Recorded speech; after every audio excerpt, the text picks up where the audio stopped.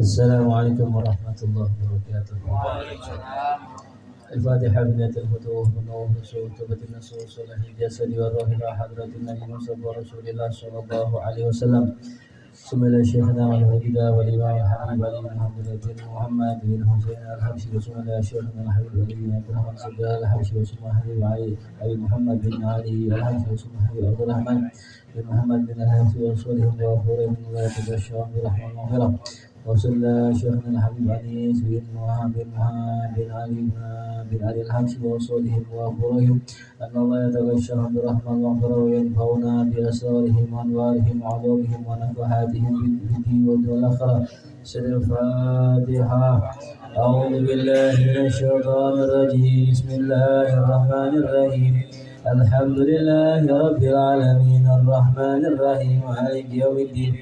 إياك نعبد وإياك نستعين اهدنا الصراط المستقيم صراط الذين أنعمت عليهم غير المغضوب عليهم ولا الضالين آمين.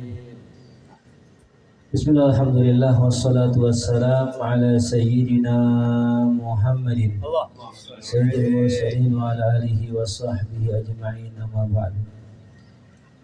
فقال المؤلف رحمه الله تعالى وأدامنا فعلنا به وببركاته وبكم في الدارين آمين إلى أن قال تعلقت إرادته الأزلية بخلق هذا العبد المحبوب فانتشرت آثار شرفه في عوالم الشهادة والغيوب.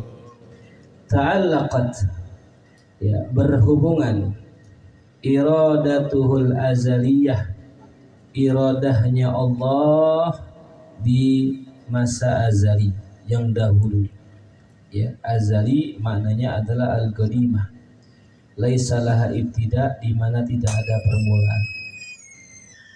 Ya, azal. Bi khalqi, menciptakan hadal abdil mahbub, hamba yang dicintai ini. Jadi diciptakannya Nabi Muhammad SAW sudah merupakan iradahnya Allah Subhanahu wa Ta'ala. Allah memang yang berkehendak. Ya, makanya Nabi Allah Adam alaihissalam ketika memakan buah khuldi, ya, itu ada seorang ulama memberikan komentar, kalau nggak salah Ibnul Farid namanya. Kan banyak tuh yang nyalain Nabi Adam, ya. Katanya gara-gara Nabi Adam ini, ya, kita lahir di bumi. Seandainya Nabi Adam nggak makan buah khuldi, di surga udah gitu. Tapi kata Ibnul Farid, ya, seandainya saya menjadi Nabi Adam, saya akan makan semua buah khuldi, semuanya. Kenapa semuanya? Karena berkat Nabi Allah Adam makan buah khuldi, terlahirlah Nabi Muhammad. Akhirnya Nabi Muhammad. Ya, gitu. Apa artinya? Ya, emang udah skenarionya Allah ciptakan Nabi Adam itu di bumi. Ya. Jadi kita nggak perlu menyalahkan Nabi Adam, nggak perlu menyalahkan Siti Hawa yang makan buah khuldi. Kenapa? Emang udah skenarionya Allah ciptakan manusia untuk dibu. Wa id qala rabbuka lil malaikati inni ja'ilun fil ardi khalifah. Ingatlah, ya, ketika Allah berfirman kepada malaikat, inni ja'ilun fil ardi khalifah, wahai para malaikatku, aku ingin menjadikan di bumi ada pemimpin, ada khalifah. Berarti Allah yang pengen di bumi ini ada isinya, ada khalifahnya gitu. Nah, itulah yang disebut dengan iradatuhul azaliyah, ya, bi khalqi hadzal abdil mahbub. Siapa yang mahbub? Sayyidina Muhammad sallallahu alaihi. Fantasharat atharu syarafihi, maka menyebarlah, terpancarlah, atharu, yaitu athar maknanya adalah, ya, pengaruh. Terpancarlah pengaruh daripada kemuliaannya fi awalimis syahadati wal ghuyub, pada alam-alam yang nyata maupun alam yang gaib. Ya, jadi alam Ya, kalau kata ulama apa sih arti alam? Alam itu maknanya kullu ma siwallah, setiap segala sesuatu selain Allah. Ya, itu alam. Jadi ketika kita berdoa membaca Al-Quran, alhamdulillahirabbil, segala puji bagi Allah Tuhan semesta. Apa makna alam di situ? Semua segala sesuatu selain Allah namanya alam. Ya, nanti alam banyak tuh, ada alam bumi, alam langit, alam manusia, alam hewan, alam jin, alam malaikat. Nah itu dampaknya atau pengaruh daripada kemuliaan Nabi bukan hanya terdapat pada alam manusia tapi juga alam jin. Makanya nggak sedikit jin yang tadinya kafir masuk Islam. Bukan hanya pada jin, pada malaikat pun kemuliaan Nabi itu ada. Seluruh alam. Makanya nyebutnya awalim, jamak dari alam. Fama ajalla hadzal manna alladzi takarrama bihil mannan. Fama ajalla, alangkah agungnya. Ya, ini namanya sigat ta'ajjub. Alangkah agungnya. Ya, alangkah besarnya, alangkah a'zamnya hadzal man. Ya, pemberian anugerah Allah ini. Ya, jadi disebutkan oleh Habib Ali, Nabi Muhammad itu disebut al-man, al-manna ya. Maknanya adalah anugerah. Alangkah luar biasanya anugerah yang Allah berikan ini. Alladzi takarrama bihil mannan, yang mana dilimpahkan oleh Allah yang Maha Pemurah. Itu ya. Wa ma'azama hadzal fadl alladzi baraza min hadratil ihsan. Alangkah agungnya hadzal fadl, anugerah yang Allah ya tampakkan min hadratil ihsan, pada ya pada makam keihsanan Allah ya. Ini di sini Habib Ali sedang memuji menyanjung ya dengan dua bentuk ta'ajub, ma ajalla wa ma a'zam, alangkah agungnya, alangkah luar biasanya pemberian Allah yaitu Nabi Muhammad sallallahu alaihi wasallam.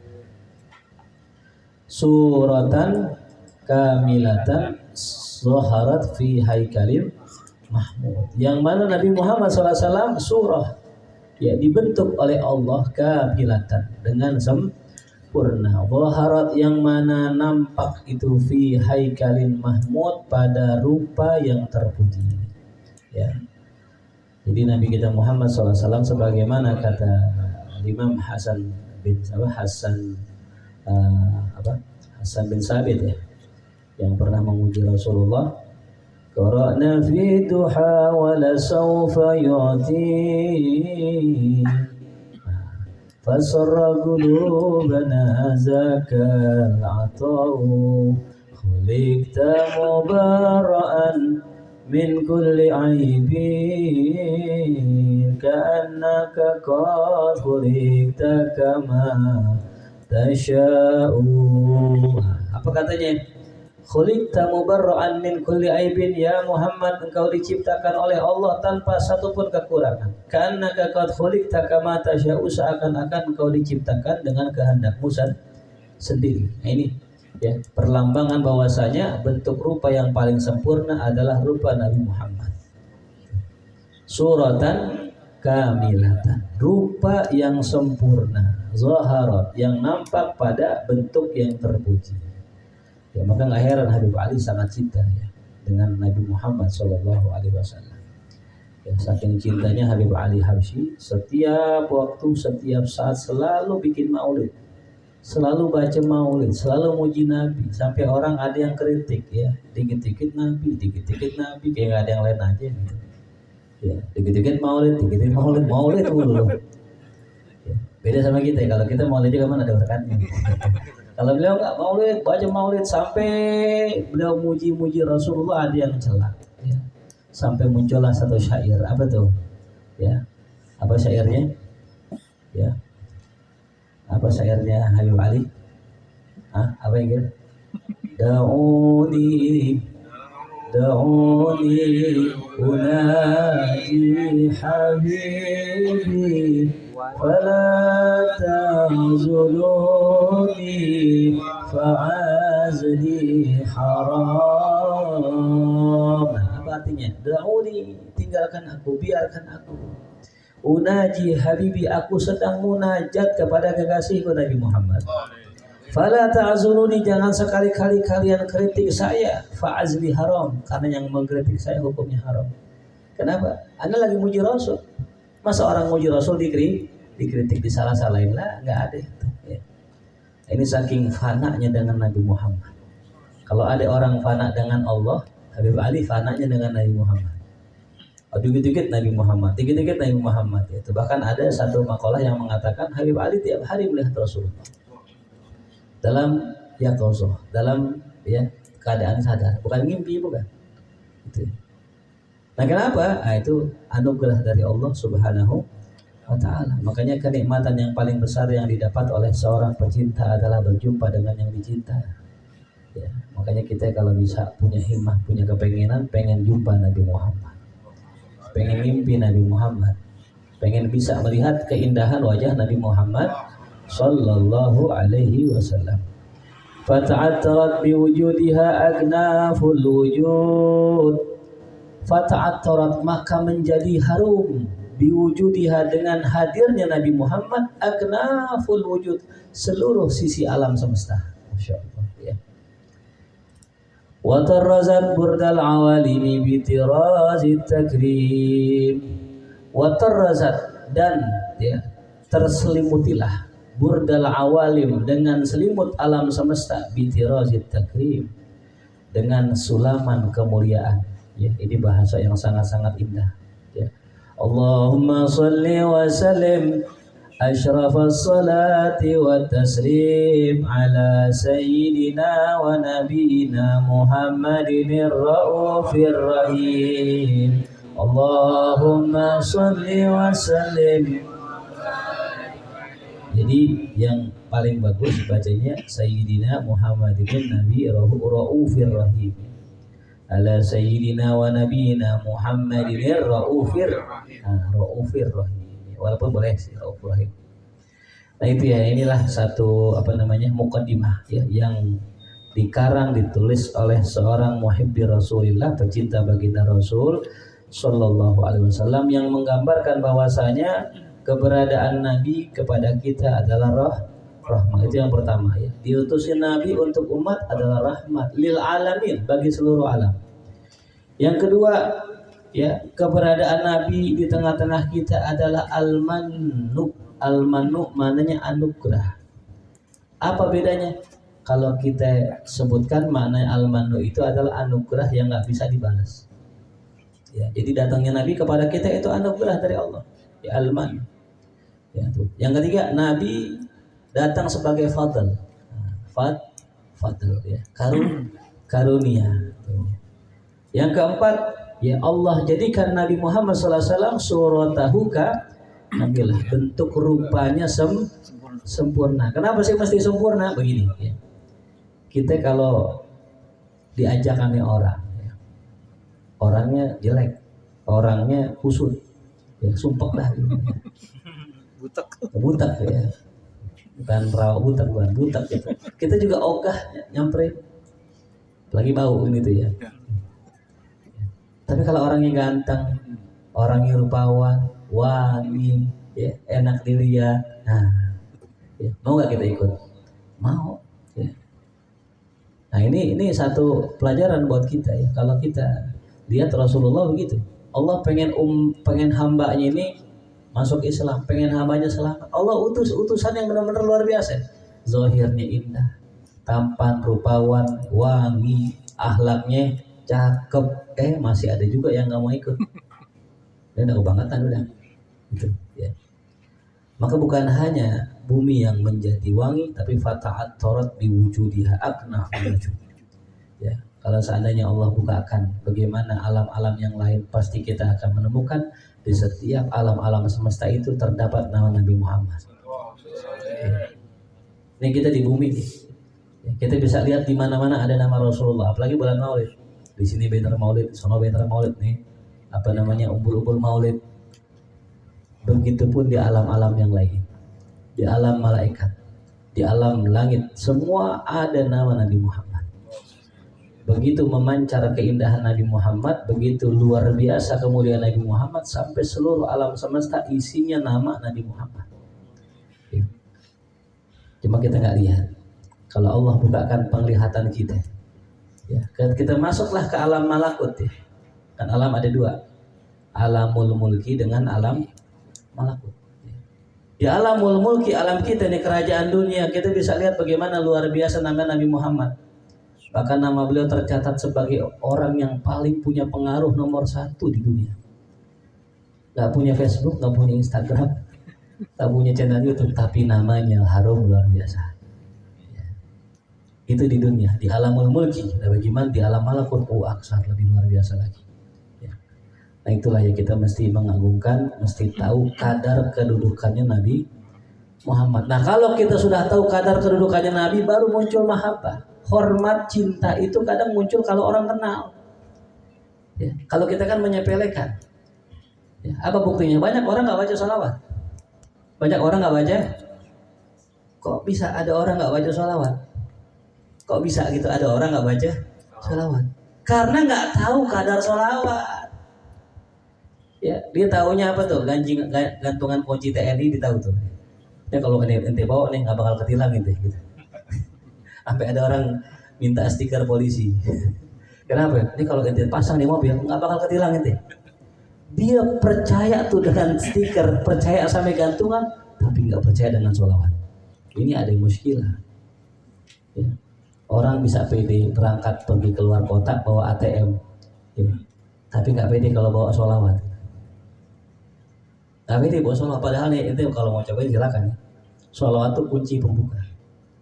Ya, apapun masalah, apapun kesulitan yang ente hadapin, ya, kalau kita baca sholawat kebuka jalan. Waftah minal khairi, kullamu terbuka, apa yang tertutup. Gitu. Makanya kalau ente jadi orang yang ngobatin, peruqyah, terapis, apapun itu, sebelum kita mulai, yang mesti kita baca sholawat pembuka. Ya. Ame syahadat. Kalau syahadat dia justru ngunci. Makanya ada cerita kalau ada orang kok ngobatin orang kok dianya sakit. Dia ngerokin orang nih. Ngerokin malah sakit. Dia megang orang malah dia sakit. Kenapa? Karena dia nggak nutup.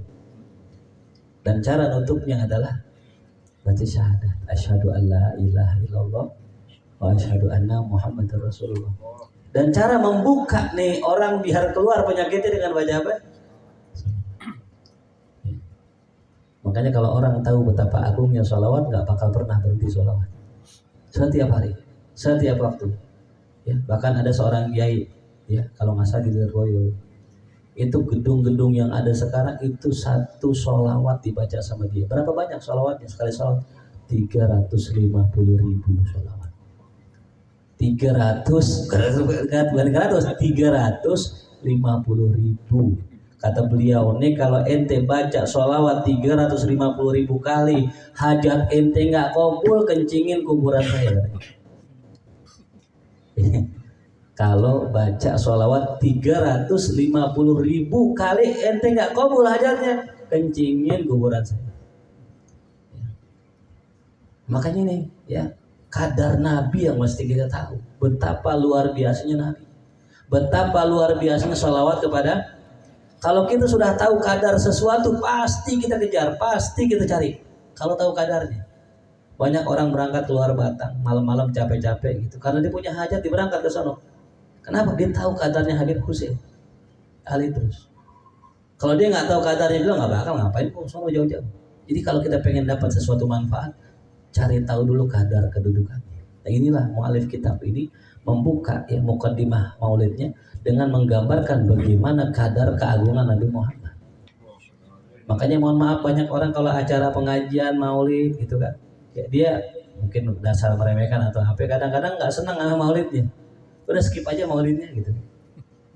Bahkan kalau bisa maulid jangan pakai ceramah dah, maulid aja udah cukup. Ya, dulu Habib Umar bin Khattab Al-Atas bikin maulid nggak pakai ceramah. Baca maulid atau selesai ceramah, selesai maulid udah tutup, makan nasi kebuli. Kenapa? Karena jauh lebih besar itu kita membicarakan Nabi Muhammad daripada ceramah. Ceramah bisa ngelor Itu. Tapi kalau bahas maulid Nabi, hati kita nggak paham masih ada manfaatnya. Gitu ya. Nah jadi kalau kita pengen ya mengetahui ya, pengen bisa istiqomah dalam satu amalan, maka kuncinya adalah tahu kadarnya dulu. Nah ini Habib Ali menggambarkan bagaimana kadar kedudukannya Rasulullah dalam mukadimahnya, sehingga nanti kita akan semangat bacanya. Ya, kan orang kalau misalnya ngelihat covernya aja udah nggak senang, gimana mau baca di sini? Kalau orang baca mukadimahnya udah nggak enak, gimana mau baca dalamnya?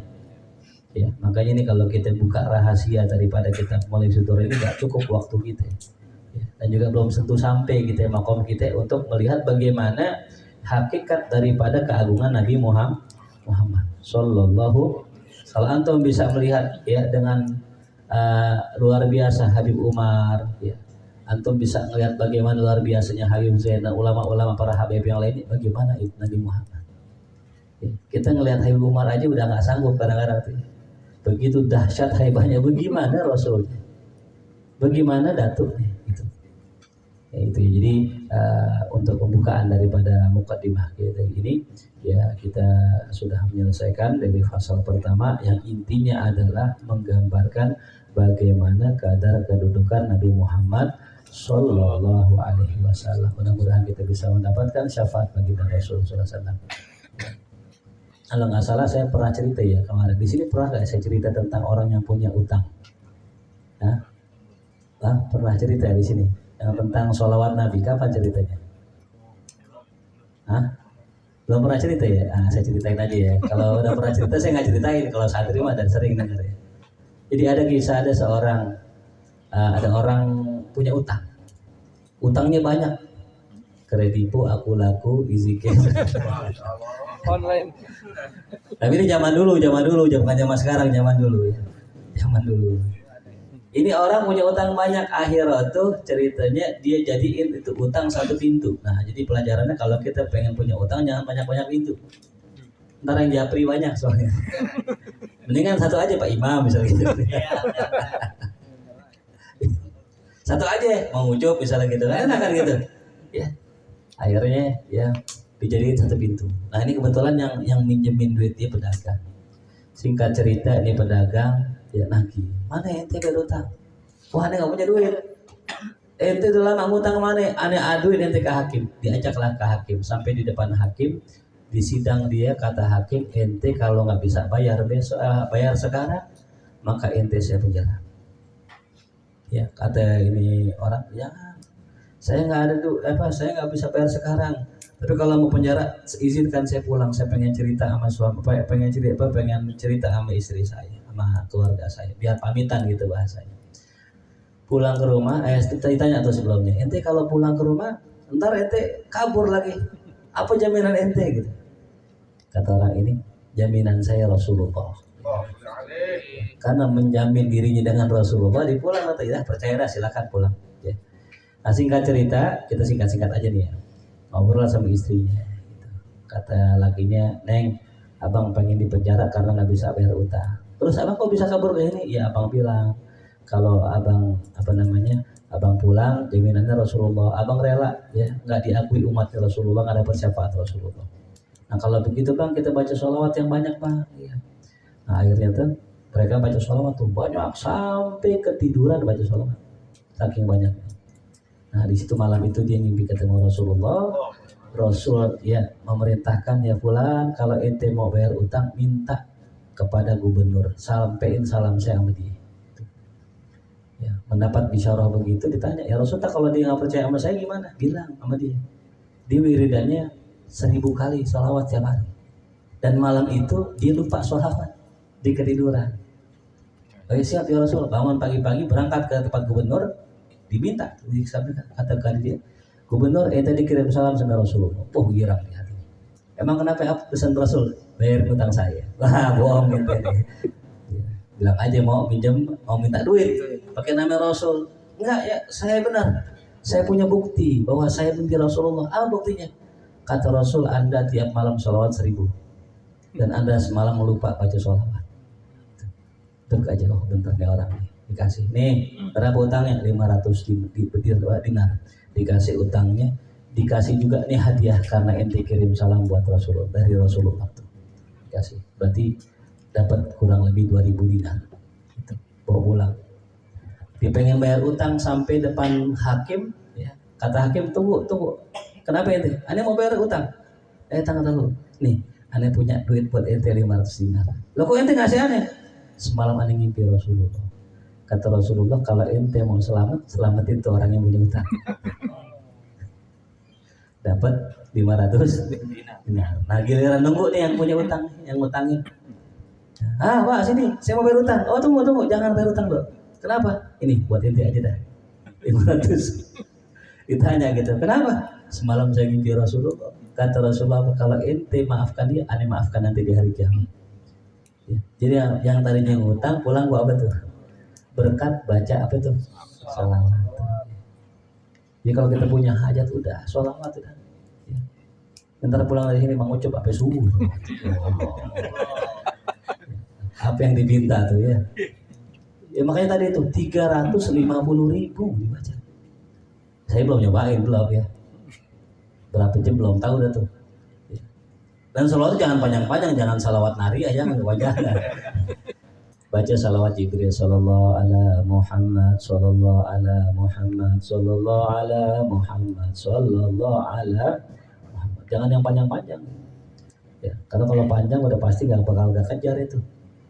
Nah intinya kembali lagi ya, jangan sampai ya kita nggak bisa mengambil manfaat dari keberadaan Nabi Muhammad. Jangan sampai kita nggak bisa mengambil manfaat dari bacaan sholawat. Ya gitu. Karena sayang ya kalau istilah kata ada orang punya pistol, punya brand, punya senjata tapi nggak dipakai. Nah sama kayak orang dikasih sholawat, dikasih zikir, dikasih Nabi Muhammad tapi nggak dipakai untuk apa tuh? Untuk meluluskan dia punya hajat. Gitu. Yang namanya kita manusia punya hajat ya. Apa doanya tuh ya Maulana ya Mujib ya hadiran la yaghib tawassalna ilaika bil habib taqdi hajatina qarib. Itu ada satu amalan tuh yang Masya Allah kalau kita baca insya Allah hajat kita dikabul Allah Subhanahu Wa Taala. Amin ya Rabbal Alamin. Al-Fatihah. A'udzubillahi minasyaitonir rajim. Bismillahirrahmanirrahim. Alhamdulillahirabbil alamin. Arrahmanir rahim. Maliki yaumiddin. Iyyaka na'budu wa iyyaka nasta'in. Ihdinas siratal mustaqim. Siratal ladzina an'amta 'alaihim ghairil maghdubi 'alaihim waladdallin. Amin. Allahumma bihaqqil Fatihah.